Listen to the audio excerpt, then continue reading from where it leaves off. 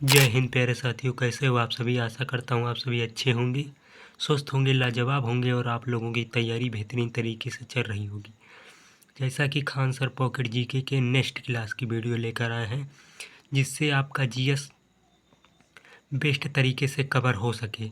देखिए, किसी भी कम्पिटिटिव एग्जाम को क्वालिफाई करने के लिए जीएस का बहुत बड़ा योगदान होता है। तो चलिए देखिए, करते हैं वीडियो को स्टार्ट। देखिए, विभिन्न कारकों द्वारा निर्मित स्थलाकृतियाँ। नदियों द्वारा निर्मित स्थलाकृतियाँ। नदियों द्वारा अपर्दन, परिवहन व निक्षेपण किया जाता है। नदियों तथा उत्पन्न स्थल रूप इस प्रकार हैं। गार्ज व कैनियन। नदी के लंबवत कटाव से निर्मित वी आकार की घाटी गार्ज व कैनियन के रूप में जानी जाती है। इनका निर्माण नदी अपनी तरुण अवस्था में करती हैं। नदी अपनी तरुण अवस्था में घाटियों को लगातार गहरा करती हैं। काली गंडकी गार्ज विश्व की सबसे तंग गहरी नदी घाटी गार्ज है। यह गंडक नदी पर नेपाल में स्थित है। जल प्रताप। जब नदियों का जल धरातलीय असमानता के कारण ऊंचाई से खड़े ढाल के कारण अत्यधिक वेग से गिरकर जल प्रपात का निर्माण करता है। क्षिप्रिका यानी क्षिप्रिका। जब नदी की तलहटी ऊबड़ खाबड़ रहती है तो नदी का जल तीव्र झोंके के साथ आगे बढ़ता है। उसे क्षिप्रिका कहते हैं। इनके समूह को सोपानी जलप्रपात कहा जाता है। गोखुर झील। जब नदी के रास्ते में अधिक घुमाव होता है तो कुछ जल मुख्य धारा से अलग होकर झील के रूप में अलग जमा हो जाता है।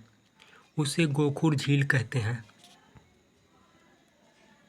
डेल्टा। नदियों के मुहाने पर नदियों द्वारा लाए गए अवसादों के जमा निक्षेपण होने से ग्रीक अक्षर त्रिभुज जैसा स्थल रूप डेल्टा कहलाता है।